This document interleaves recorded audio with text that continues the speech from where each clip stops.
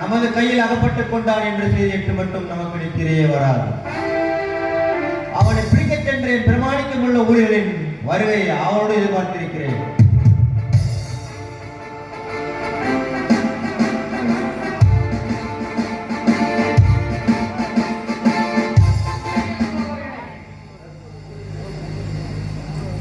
பிடிக்கச் சென்ற நமது ஆட்கள் மிகவும் திறமைசாலிகள்.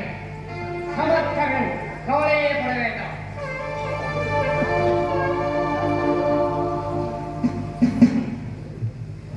குருவே வாழ்க. அந்த நசரேன் வாயை இயேசுவை இரவிலே பிடித்து கட்டி கூட்டி கொண்டு வந்திருக்கிறோம். என்ன மகிழ்ச்சியான செய்தி! என் இதயத்தில் உள்ள பெரும்பாலும் முற்றிலும் நீங்கிவிட்டது.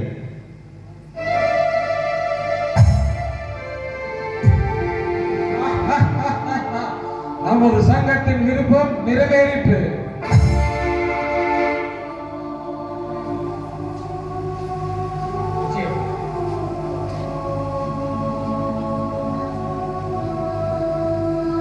இனி நமக்கு எந்த கவலையும் இல்லை.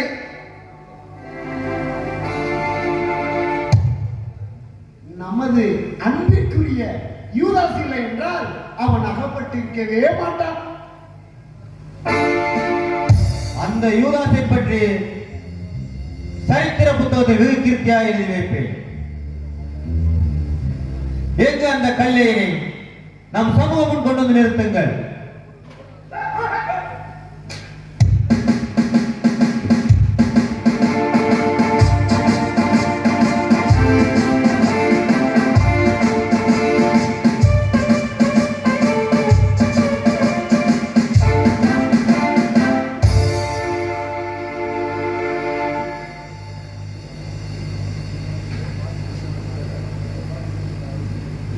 நீதானே இந்த நாடுகளில் எல்லாம் குழப்பம் பண்ணி திரிந்தவன். நீ படிப்பித்த போதகம் எங்கே?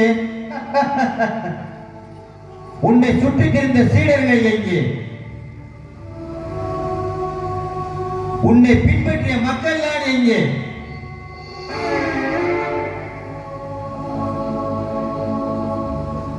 நான் எப்பொழுதும் தேவாலயத்திலும் ஜெபக்கூடத்திலும் பகிரங்கமாய் போதித்தேனே தவிர அந்தரங்கமாய் பேசவில்லையே. ஆகையால் என்னை கேட்பானே, என் போதனைகளை கேட்டவர்களை அழைத்து விசாரித்தால் எல்லாம் தெரிந்து கொள்வாய். ஆனால் கொண்டவனே, என் பெரியவரிடம் இப்படி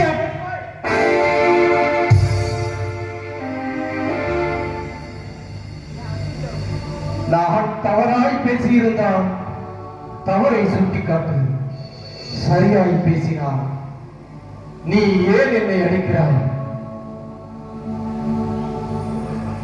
இப்போது கூட உன் ஆணவம் அடங்கவில்லை. உன்னுடைய உயிர் எங்கள் கையில் என்று நீ அறியாயோ? சரி செந்தூரனே, இவனை நமது மதிப்பிற்குரிய மாமா மருமகன் கைப்பாச அரண்மனைக்கு எடுத்து வாருங்கள். அங்கே நாமும் சங்கத்தார் கூடி இவனை விசாரணை செய்து மரண தண்டனைக்கு உள்ளாக்குவோம்.